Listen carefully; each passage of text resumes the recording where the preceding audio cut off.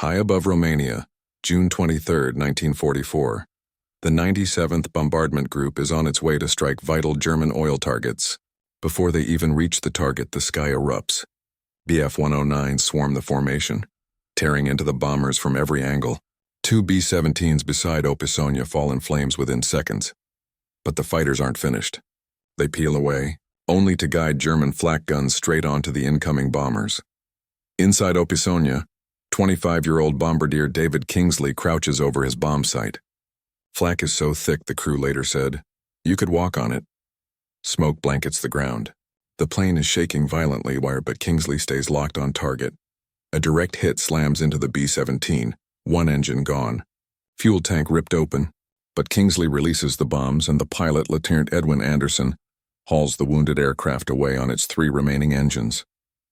Falling behind the formation, Opisonia becomes a straggler. And stragglers die first. Two Bf-109s dive straight for them. Their first target, the tail.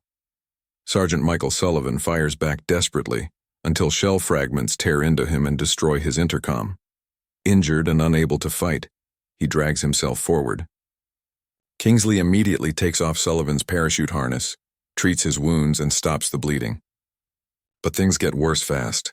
The B-17 is 500 miles from home, low on fuel, 3 engines, no tailgun, and the 109s return for the kill, then salvation. 2 P-51 Mustangs appear and drive the fighters off, but only for a moment. When the Mustangs run out of fuel and turn back, 8 Bf-109s dive out of the sun and rip into the bomber for 15 straight minutes. Wings shredded, fuselage torn open, another gunner wounded. Somehow, impossibly, the flying fortress stays airborne. But it won't last. The bailout bell rings. Kingsley helps the injured crew to the bomb bay.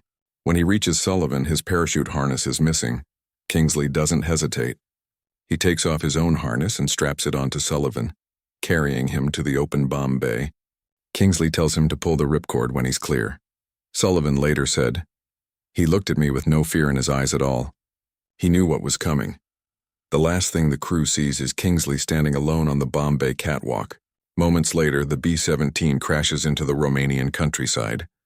For giving his life to save another, Second Lieutenant David R. Kingsley received the Medal of Honor, the highest award for valor. Today, his remains rest in Arlington National Cemetery.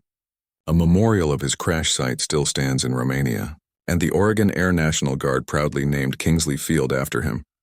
In 2019, an F-15C was painted in B-17 colors with D-Day stripes to honor the man who chose his crew's lives over his own. A true American hero, remembered forever.